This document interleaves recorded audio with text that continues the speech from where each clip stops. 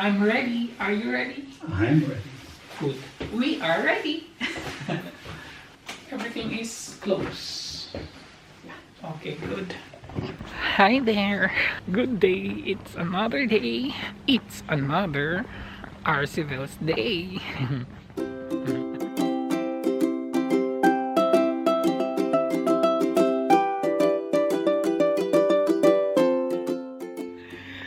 It's another day off na naman tayo today. And today is March 4, I guess. Monday. Ang ginaw ng Monday natin today. What time is it? 12 p.m. I guess. Yeah. Maglalakad kami. Doon lang sa may malapit sa trabaho ko. And sinama ko si partner para naman meron siyang ginagawa sa kanyang buhay. You need to go out. So, you need to walk. Yeah. I think we will visit 3 stores today. Oh my god. Oh my god. Expensive.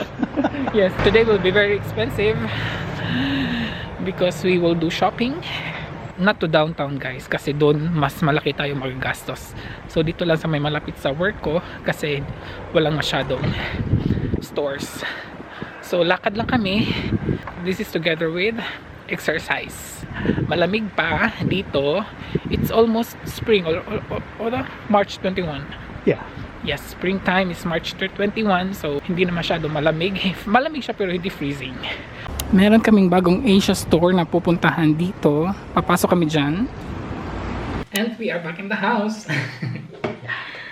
Gutom guys, kaya yung mga binili namin hindi ko pa nilabas. Pero okay lang kasi wala naman, we haven't bought frozen things, right? So it's okay.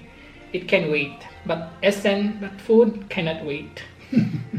Gutom talaga ako. Hindi kasi ako nag-breakfast. 1:30 p.m. na guys. Ulam ko for today is ang sarap niya. Have you tried already, right? Mm-hmm. This is, guys, kinamatisang buto-buto. Ribs, backbones ata yan. Ano lang talaga siya yan. Tapos meron tayong rice dyan. And kay partner, yan lang ang sa kanya.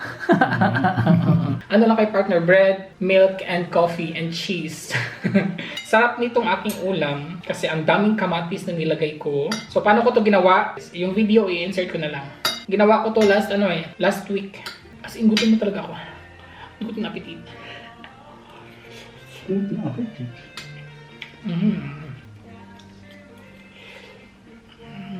Hindi kakain si partner nito kasi buto-buto. But he tried the soup. Masarap daw. Soup is good. Ginawa ko tong guys, kinamatisang buto. Nung nagluto ako ng braised pork, yung nagmukbang ako, sinabay ko silang niluto. Ang daming kamatis. Iha-haul ko lang saglit yung binili namin. So, first kung sa backpack ni Part. Dito lang ako nag-haul guys kasi wala naman itong mga frozen things. Sa kasi pumunta ka, may bagong Asia store kasi doon sa usually na binibilihan ko. Tapos malapit lang siya sa Tiki Max at saka sa Mueller. Kumuha lang ako doon ng Jin Ramen. Apat to sila Dito din kasi sa Asia store. So, yung pinuntahan kasi namin first is sa Mueller. Bumili lang ako ng candy. Orange and ginger. And, ang ating beauty products. So, ang mahal nito, 25 euros isa. Kasi nga, di ba, wala na sa DM. Tapos, kinuha ko na lang din sila. Dalawa na lang kasi doon natira. Meron pa naman akong isang hindi pa open. Tapos, merong half. So, meron akong 3 reserve nito. So, I think this would be for the whole year for me. Or the next 4 months. I don't know. Ang dali kasi ito maubos. Olay Regenerist na pang night cream. And then, yung ating serum, kumuha din ako ng 2 kasi 25 euros din to siya. Pero nag-less sila, naging 15 euros each. Kaya 2 kinuha ko, 'di ba?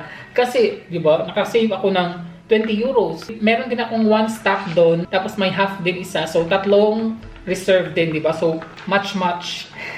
Ako nagbayad dito kasi it's for my self-beauty, so ako magbabayad. Continue tayo sa Asia store. Guys, meron silang mango! 2 lang kinuha ko kasi ayaw ni partner. Kumuha ako ng saba kaya to. Kasi last time guys, nung bumili ako nito sa Asia Store na frozen doon sa my city. Tapos frozen siya. I don't know if hilaw ba yun or something. Kasi yellow na eh. So, minicrowave ko lang siya. Tapos pagkain ko, ano ba yung upload sa Tagalog? Hindi ko alam. Upload siya, upload. Very young or I don't know talaga. So, kaya eto, medyo hinog na siya. Lulutuin ko to bukas na siguro.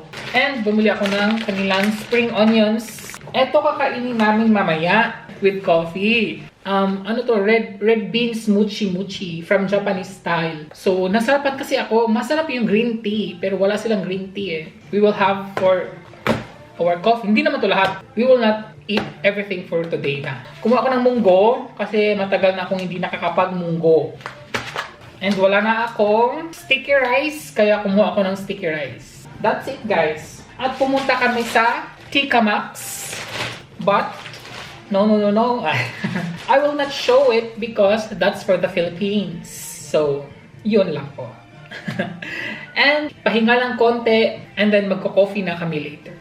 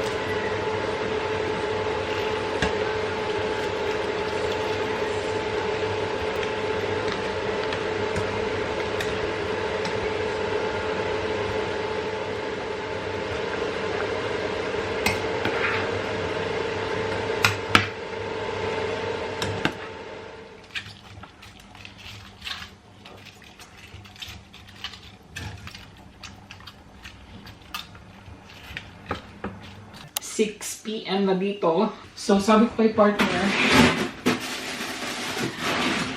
kakain na lang ako ng bread. Ako gagawa. Usually kasi, nagpapagawa ako sa kanya.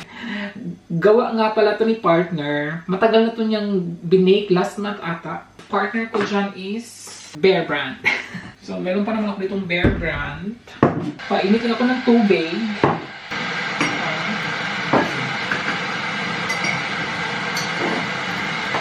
While tayo naghihintay, sasagutin ko lang si Riza Clancy.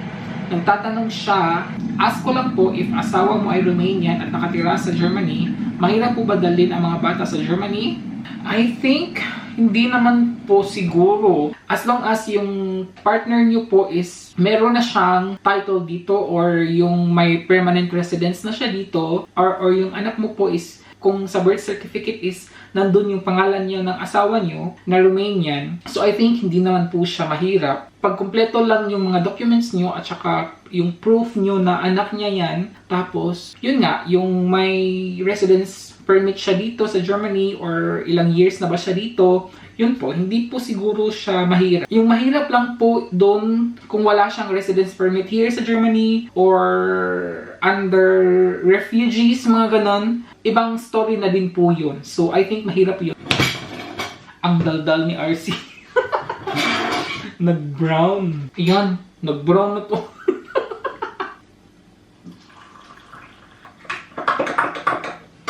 So, ayun po, Riza Clancy. Nang dahil po sa tanong nyo, nasunog po yung ano ko. Joke lang po. So, ito na ang aking dinner for tonight. Si Schweine Hexe, yung mga comments niya is yung mga, thank you for the suggestions po, Schweine Hexe, about sa, declarations of my Steuer, of my tax here in Germany. Thank you po talaga. Hindi po ako ang nag-aasikaso ng aking mga, si partner po ang gumagawa ng para sa akin. Ayaw ko po kasing sumakit yung ulo ko sa mga ganon, so kaya binibigay ko po lahat kay partner yung mga gawa ng mga ganyan. At so kasi, the merger. Yes, opo, pag nakabalik po kami ulit dyan sa Switzerland, naka 3 times na ata ako dyan, pero 1 time lang kami nakapag Zurich. Very short lang po yun. Doon sa may lake lang ata yun. Tapos, very quick visit lang kasi every time na pupunta kami sa Switzerland, doon po talaga kami sa may mga province area, doon sa may mga bundok-bundok talaga. So doon po kasi nagagandahan po talaga ako sa mga landscape doon. So next time po, yes, why not? Then pupuntahan ka namin dyan sa may St. Gallen. St. Gallen pala. Meron lang din po akong konting i-share para po to sa ating mga kababayan na gustong mag-Germany, na gustong pumunta dito sa Germany. Sa mga may gusto, sa mga hindi gusto, okay lang po. Pero sa mga may gustong pumunta dito, mga may interesadong pumunta dito, alam niyo ba yung au pair na trabaho? Actually po, maganda siya na program. You can check it online, aupair.com. Tapos try nyo po i-check online, then basa-basa lang po. Sa mga interesado lang po, kung kilala niyo po si Christine, yung katrabaho ko, dyan po siya nagsimula. So ano po ba yung au pair? Yung au pair po is para siyang host family dito sa Germany na naghahanap ng mga, I'm not sure sa age range, I think 18 to 25 years old, mga babae usually. May mga lalaki din minsan, pero mostly mga babae sila eh. From 18 to 25 years old. May mga family kasi dito sa mga German family po, naghahanap sila para merong mag-aalaga sa kanilang anak habang sila ay nagtatrabaho. So ano po ba yon? Ang gagawin nyo po is, magbabantay lang kayo ng bata, magpe-prepare kayo ng pagkain sa bata, may sometimes din linis ng bahay, mga konti. Depende po sa arrangement ng family, ng German family. Maghatid sa school, maghatid sa kindergarten ng mga bata. So yun po, trabaho nyo. May contract po sila, I think 6 to 1 year. Yun po ang contract nyo. Mayroon po kayong sweldo pero maliit lang po. Kasi stay-in po yun. Doon po kayo titira sa bahay ng German family po. Number 1 requirement po ng au pair is kailangan nyo pong mag-aral ng dyan po sa Pinas. At least A1 German language po. Yun po ang requirement nila. May mga schools po dyan sa, sa Pinas. Of course, mga German schools. Like, nung pinag-aralan ko dyan sa Cebu, yung Sprach Institute po, maganda po doon din. And then, may mga offers po din sila, may mga orientations din po sila na mga magaganda. Check nyo lang po and then you can call them and then ask. Sa mga gusto lang pong magpunta dito sa Germany. About nga pala sa au pair, yung mga requirements ng mga au pair is kailangan po talaga is if you are between 18 and 26 years old, and of course, basic German knowledge hanggang A1 po. Then, of course, wala kayong anak. Then, hindi kayo married. Yun po, qualified po kayo. Kayo po lahat yung mag-aasikaso ng mga requirements. Pero po, kayo po ang maghahanap ng family po dito sa Germany. Kasi dyan po sa aupair.com, doon po makikita may mga list po sila of countries. Tapos doon nakalagay yung mga German families, tapos kayo po ang maghahanap, kayo po ang pipili, tapos kayo po mag-a-apply doon. So yun po, yung dapat hindi pa po kayo nakapunta ng Germany, and if you can afford the trip to Germany. So because you have to pay po for the ticket to go to Germany, then you have to pay for your, din po, yung German language, kailangan din ikaw po yung magbabayad nun. Pagdating nyo na po dito sa Germany, free na po kayo pagkain doon kasi nakatira na kayo sa bahay sa German. Pero there are some things that you have to pay lang po, I think mga personal things. Like toiletries, mga ganon yung mga babayaran nyo. Kasi nasa bahay nyo na kayo titira. May sweldo pero I think 300 euros per month. Ganon po. Kaklaruhin ko po kailangan nyo po mag-aral ng German course up to A1 dyan sa Philippines na kayo po ang magbabayad. Kayo po ang magbayad ng ticket nyo papunta sa Germany. Ang kailangan nyo lang pong gawin is isi-search nyo po ang aupair.com. Mag-a-apply po kayo doon. Magre-register po kayo doon. Kayo po ang maghahanap ng German family doon na naghahanap ng au pair applicants. Ganun po. Tapos pagdating niyo po dito sa Germany, doon po kayo titira sa bahay ng family na yon. Trabaho niyo po, yun nga, mag-aalaga lang ng bata, maghahatid sa school, and then you will have a visa for 6 to 1 year. Yung about naman po kay Christine, matapos yung 1 year niya na au pair, nakahanap siya ng Ausbildung as a caregiver for 3 years. So yun po, kaya na-extend po yung visa niya. So kaya hanggang ngayon nandito na po siya.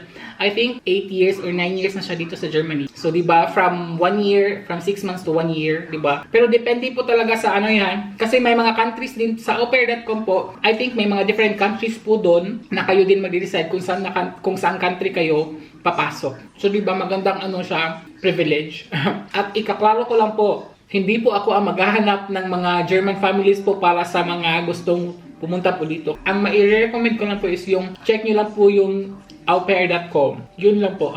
Ang nakaganda lang din po dito sa au pair, hindi po kailangan kung anong degree na natapos nyo dyan sa Pinas. It doesn't matter po. Hindi po siya naghihingi ng diplomas, ganon, high school graduate or college graduate. Hindi po siya naghahanap ng ganon. As long as lang po 18 to 26 years old, meron kayong German language na A1. Pag nakahanap kayo ng German family, tapos may mga masuswerte na mababait talaga yung family, tapos sila na mismo nag-extend ng inyong visa, tapos sila ang nagbabayad or tapos sila nag-offer na ipapa-continue yung German course nyo dito sa Germany. So, ganun po. May mga ganun din po na mga pag naka-timing po na mababait talaga yung German family po. And kung itatanong nyo sa akin kung magkano ang magagastos, hindi ko po alam. Wala po akong idea doon. Sa German course, I think last 2015, nung nag-aaral ako ng German course, isang German course na po yun na A1, ang nababayad po namin is 25,000 po pesos. For A1 course po yun. So hindi po ako sure kung magkano na ngayon. So yun po, sa mga meron pa pong questions dyan about sa au pair or I don't know anything, please comment down below at pag-uusapan po natin yan na mahinahon. Maraming salamat po again and please don't forget to like this video and of course sa mga hindi pa nakasubscribe, subscribe na po kayo and thank you po for subscribing. Maraming salamat po talaga. Just click the subscribe button and of course bell button naman para kayo ay notified every time meron tayong new uploads. Thank you everybody and until my next vlog, ingat! Cheers!